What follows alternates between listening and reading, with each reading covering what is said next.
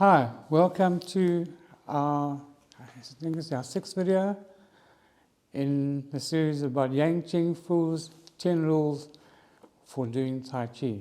In this video we're going to talk about the unity of the upper and lower body.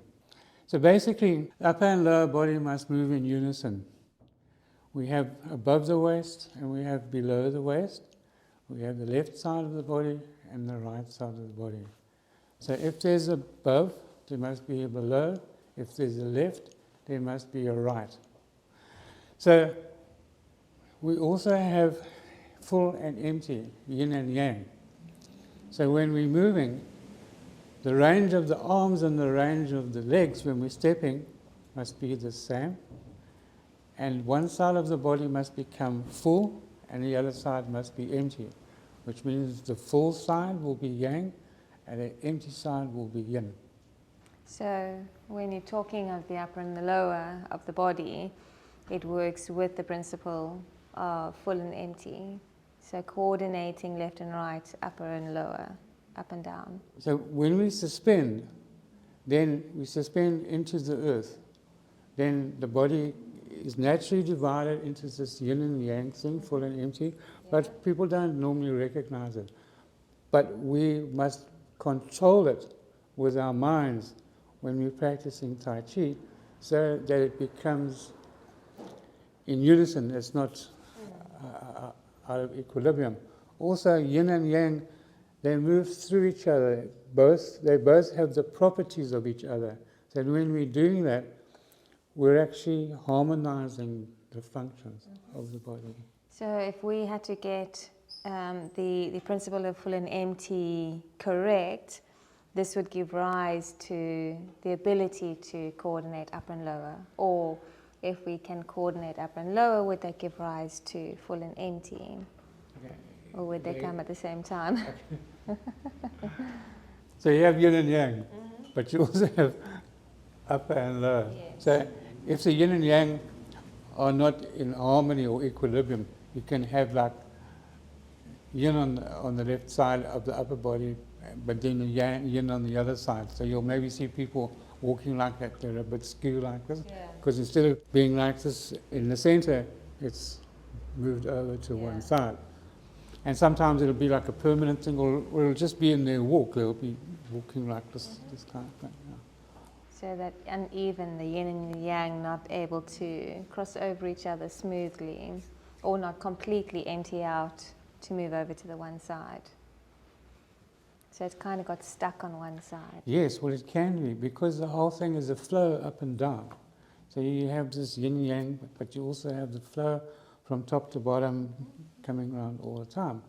And that can cause problems. You can have a disruption of the flow.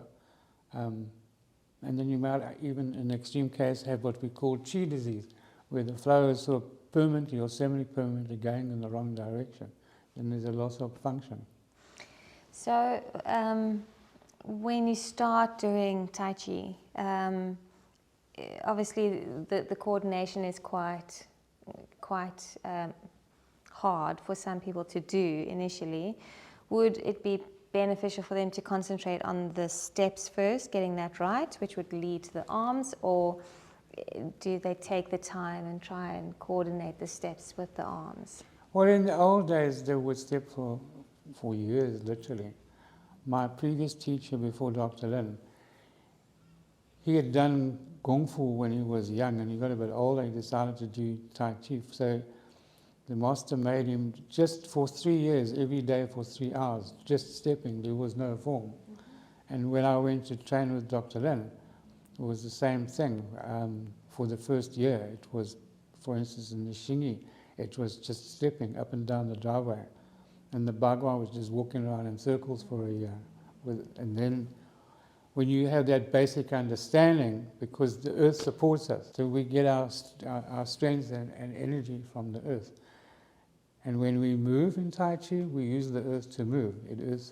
Like I said, the earth supports us. So the stepping is very important. But not everybody is going to do that. They won't have the patience. But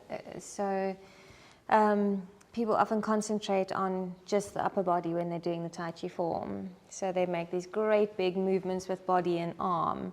but they forget what's going on from the waist down. Yes. So is it then important to shift the awareness or concentration into the waist to feet to make sure that that's correct, so that then that can almost, permeate through the rest of the body, the upper body? Well, the thing with stepping is sometimes people are just stretching, so they'll have a long stretch, but that's also putting them out of balance. That's double weighting. What we want to do is relax the waist so that you can sink. So if you can sink and semi-crouch, automatically your step will be in the right place. It will be in the same range as the arms. So the whole thing is about sinking and semi-crouching, rather than either taking a small step because your legs maybe aren't too strong enough, or then reaching for it. So both of those things are wrong. We want to get central equilibrium. Left side, right side, up side, down side.